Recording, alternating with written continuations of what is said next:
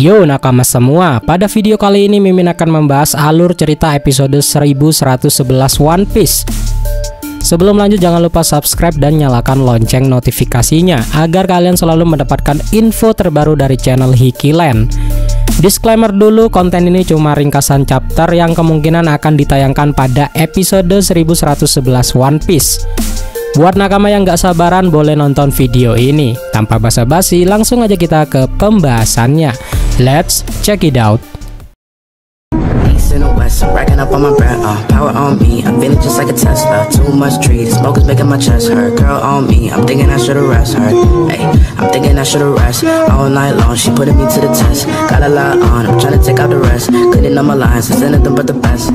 Hey girl, the cutest that I see. So bad I'm not using my Visine. Gotta get it like Leon, and I'm not licensed. Episode dimulai dengan Stussy memberitahu Sentomaru bahwa Admiral Kizaru sedang dalam perjalanan ke Egghead dan CP0 harus menunggu kedatangan Kizaru setelah menghabisi Dr. Vegapunk dan satelitnya. Sentomaru lalu menjawab, nampaknya pemerintah dunia telah menyiapkan ini dengan sangat matang.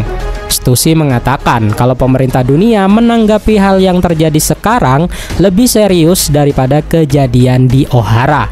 Alasan yang pertama karena Vegapunk melanjutkan penelitian yang ada di Ohara, dan alasan yang kedua karena Egghead punya kekuatan untuk berperang daripada Ohara, yang berarti pemerintah dunia juga memperhitungkan serangan balik dari Vegapunk dengan segala senjata yang ia buat di Egghead. Stussy menjelaskan jika seluruh alat komunikasi di Labo Peace telah dihancurkan. Setelah meneruskan penjelasan Stussy pada semua warga dan peneliti, Sentomaru mengatakan, ini bukan saatnya untuk ragu. Bersiaplah pergi dan kabur dari Egghead. Bagian selanjutnya, Franky marah-marah kepada Ash Snake yang mengubahnya menjadi batu. Franky berkata, kau bocah sialan. Jadikan aku normal lagi. Tubuh bagian kananku terasa kaku, tapi tubuh bagian kiriku masih bisa bergerak. Jika kau mengembalikan seperti semula, kita semua akan memaafkanmu.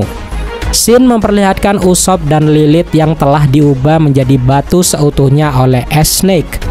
Pythagoras akhirnya menghampiri Ash Snake dan marah-marah. Dia berkata, siapa yang telah memberimu perintah ini? Namun Ash Snake tanpa banyak bacot langsung mengulti Pythagoras dengan menginjaknya dan ledakan besar terjadi dan Franky tak bisa menolong Pythagoras. Di lantai 2, Robin, Chopper, dan Atlas mendengar suara ledakan dan berharap semua orang baik-baik saja. Mereka bertiga akan pergi ke ruang penelitian yang dulu sempat digunakan dan sekarang telah disegel. Lanjut di lantai 3. Nami terlihat mengkhawatirkan kondisi Edison dan Brook berubah menjadi mode arwah untuk mencari Dr. Vegapunk. Sanji masih bertarung dengan Ash Shark. Terlihat Ash Shark meninju muka Sanji. Namun Sanji yang telah membangkitkan kekuatan exoskeletonnya tidak merasakan kesakitan. Bahkan dia mengatakan, apa kau paham sekarang? Ini adalah kekuatan cinta. Berpindah ke lantai 4, grup Luffy masih kesusahan kalahkan Ash Bear dan Ash Hawk. Api pada tubuh para Seraphim itu belum kunjung padam, sehingga serangan mereka belum berefek pada para Seraphim. Namun Luffy menyadari hal yang aneh, jika Ash Hawk tiba-tiba menghilang. Lucci pun berkata, nampaknya dia mengubah prioritas targetnya dan mengincar target yang lebih lemah untuk dia habisi terlebih dahulu. Lucci meneruskan, jika targetnya saling berteman, maka kematian target akan mengguncang mental temannya yang lebih kuat. Zoro tak tinggal diam dan mengatakan, serahkan padaku, biar aku saja yang mengejar Ash Hawk. Hal lucu pun terjadi. Luffy memanggil Kaku dengan sebutan Usopp karena hidungnya sama-sama panjang, dan menyuruh Kaku untuk menemani Zoro agar Zoro tidak tersesat. Kocak. Baka Senjo kita ini memang tidak hafal nama-nama orang kecuali krunya sendiri. Luffy mulai kehabisan akal dan menyerang Ash Bear secara membabi buta memakai jurus Hawk Gatling. Namun Lucci memarahinya. Dasar bodoh, hentikan topi jerami. Kita tak akan bisa mengalahkannya dengan cara seperti itu. Lalu scene pun berlanjut, menceritakan kilas balik sebelum insiden Egghead terjadi yang diceritakan oleh narator. Jadi awalnya 3 bulan lalu, ada seorang pengkhianat di Egghead yang melaporkan sesuatu pada Gorose jika Vegapunk Stella sedang meneliti abad kekosongan. Pemerintah dunia lalu mengirim CP5 untuk memastikan kabar tersebut. Namun hasilnya nihil, mereka tidak menemukan bukti apapun. Lalu kapal CP5 hilang tanpa jejak. Dan CP7 dan CP8 ditugaskan untuk menyelidiki hal tersebut. Namun lagi-lagi tidak ada kapal Cyberpol yang kembali ke markas pemerintah. Singkat cerita, Gorose akhirnya memutuskan untuk membunuh Dr. Vegapunk karena pengkhianatan Vegapunk yang mempelajari abad kekosongan. Lalu Gorose mengutus pasukan terkuatnya, yaitu CP0, untuk menjalankan misi itu.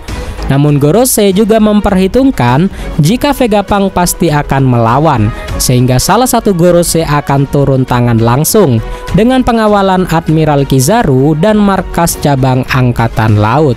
Akan tetapi di sana malah muncul salah satu Yonko, yaitu Mugiwara no Luffy.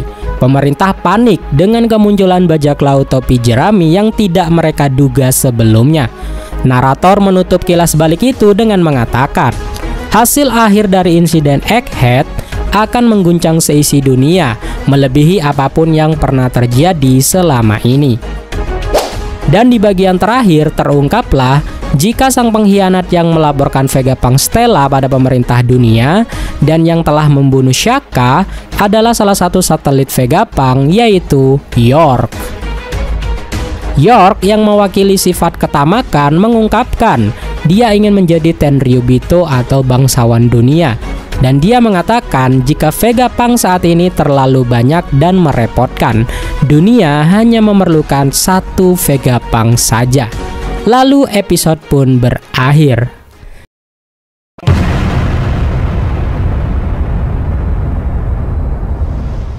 Yo nakama, segitu dulu aja alur cerita episode 1111 One Piece kali ini. Terima kasih telah menonton dan sampai jumpa di pembahasan episode selanjutnya.